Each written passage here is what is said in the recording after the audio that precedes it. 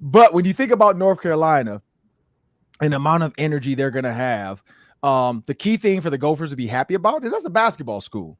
So even when Mitchell Trubisky was like a Heisman candidate, and those games weren't lit. It wasn't super exciting. It wasn't super fun. So I think the Gophers at 3:00 or their time, I think, whatever, 2:00. Is that what it is? Or 3:00 our time, 4:00 their time? 2:30 is the time I saw. Yeah, so 3:30 their time, 2:30 our time.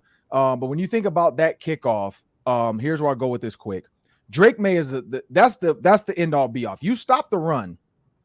And I heard Chad Greenway just say this on the radio about the Eagles and Vikings. They stopped the run of the Vikings, so the Vikings became one-dimensional, which was easy to figure out, easy to get 3 and outs.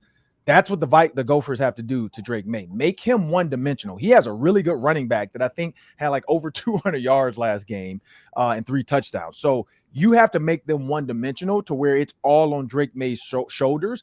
And we saw that defensive line. It was the Eastern Michigan team. But that defensive line and Joe Rossi and the ability to get up in the A gap and the B gap and put his linebackers up there, create some confusion, you have to do that with Drake Maye. I'm treating this with another guy named Drake, the motto, YOLO. Julia knows that song. It's the motto is YOLO. You don't have to hide anything. PJ Fleck is a psychologist. He loves to hide stuff. Don't hide anything in this game. Just throw the kitchen sink at this kid. Blitz him, blitz him, blitz him. Use your number 2 guy, the cornerback who came in, the transfer. That kid, PJ said, right away he gelled with the team, and right away they were like, man, this Jones kid is going to be good, but he also knows how to blitz and get after the quarterback. And that's rare in a defensive back. And so I think that's the key for this one. They have to get after the quarterback, and they have to use every single guy to blitz the quarterback different ways so that when Drake Maye looks up, he doesn't know who's coming.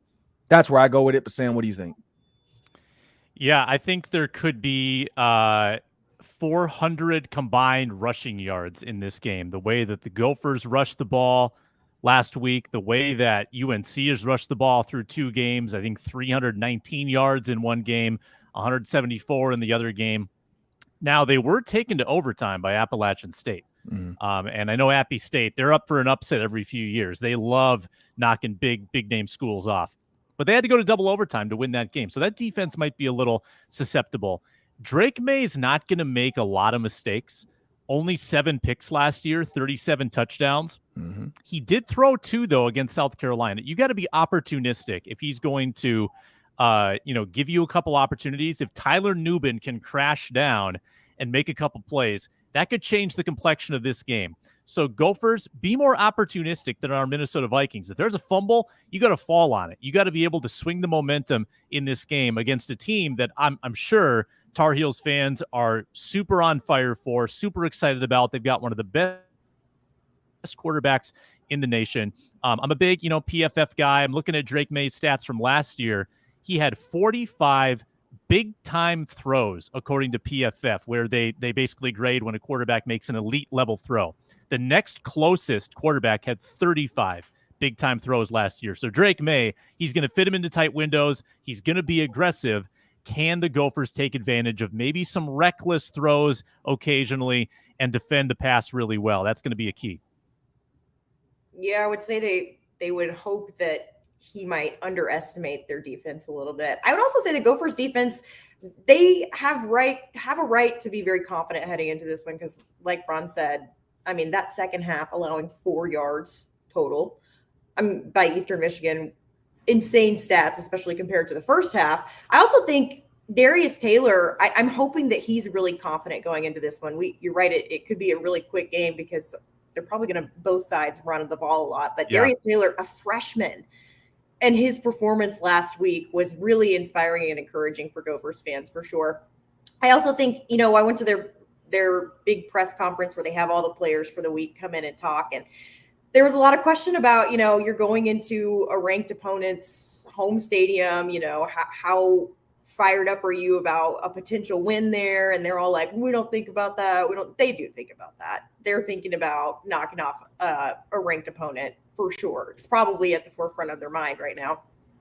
I would say also that a 3:30 game in North Carolina, it is going to be rowdier than what they're used to the first 2 weeks here, just because that's how it works. It's ACC football. And I think the crowds have really built up even since Mitch Trubisky's time at North Carolina. So it'll be different Probably. for sure. But relying on Darius Taylor and giving him some chances just like they did this past weekend, I think could serve them well. And here's what I say with this. The guy's name is Omarion Hampton. He's the running back. It was App State. So that 234, that 200 plus I talked about, was 234. It was App State. You right, Sam. App State almost beat them 34-40. So that's what makes me feel like they're vulnerable. Like they're vulnerable to if you can force Drake Maye, because Drake Maye hasn't really had to do like a ton just yet. He hasn't had to be his self. Like he hasn't had to be the guy. Like Caleb Williams, USC has had a ton of Heisman moments already. Caleb or Drake Maye has not had to do that. And that's why I feel like if you can make them one-dimensional. Before we get out of here, last quick one, you got the Vikings, you got the Gophers, you got the Twins. With this season, the way they're heading right now, Julia, do you feel like if the Vikings lose to the Chargers and they go 0-3, do you think that Minnesota fans will latch on to the Twins for this playoff run and kind of walk away from the Vikings for a little bit until they get the ship right? Or do you think people are going to still like football still king? I would say football's still king, and that's only because I've seen the ratings for Care 11, no matter the year and how that works. Vikings is always king for us. We're told by management all the time. If the Vikings are doing something, that takes precedent. Twins is a close second, but I don't think so. I think people are so loyal to this team. Sure, people can get excited about the Twins, but the Twins have disappointed so often and for so long that 0-3, people will still, in the back of their mind, think it's only 3 games. Got the rest of the season. Yeah, I think the Vikings are always going to win out if you're making a choice on a Sunday afternoon what you're going to watch. But the time in between, people might be devoting a little attention to the Twins. If all the Twins need to do is win their first playoff series, if they can win a playoff series, people will be on fire for this team because it'd be so novel. It'd be so new. What? We won a playoff game? Or like, Julia was 7. I was turning 13 that in 2004. So it's been a long time for me too, almost 2 decades. That's a long time. So that would be really exciting. And you know what? If the Gophers win this game Saturday, it kind of feels like last year's Michigan State game. Remember when they beat Michigan State, people were really high on the Gophers and really excited about that team.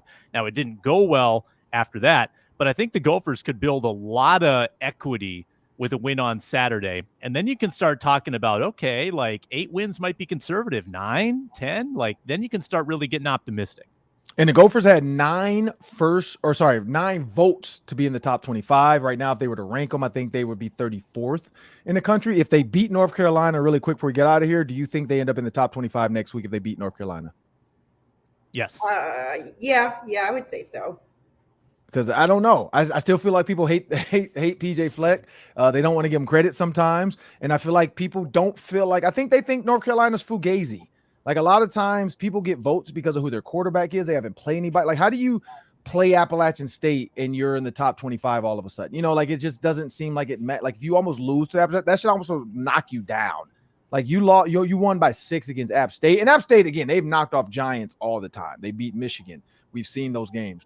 But I just feel like some of these schools, just because of who they have at their school, get the nod. And the Gophers don't have any sexy names right now. Ethan Kaliakmanis, we know the name and love it, but the world does not know yet. So this is his chance. If Ethan Kaliakmanis, which I think that's why PJ's not – he's going to run the ball, but I do believe he's going to try to give Ethan some national stage time because he wants people to see the product that he has, because this is also a recruiting tool for PJ right now. When kids turn on their TV, wherever they're at, it's going to be a kickoff in North Carolina.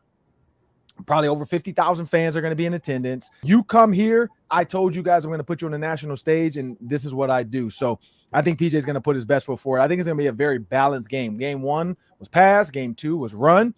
I think this was going to be a balanced attack.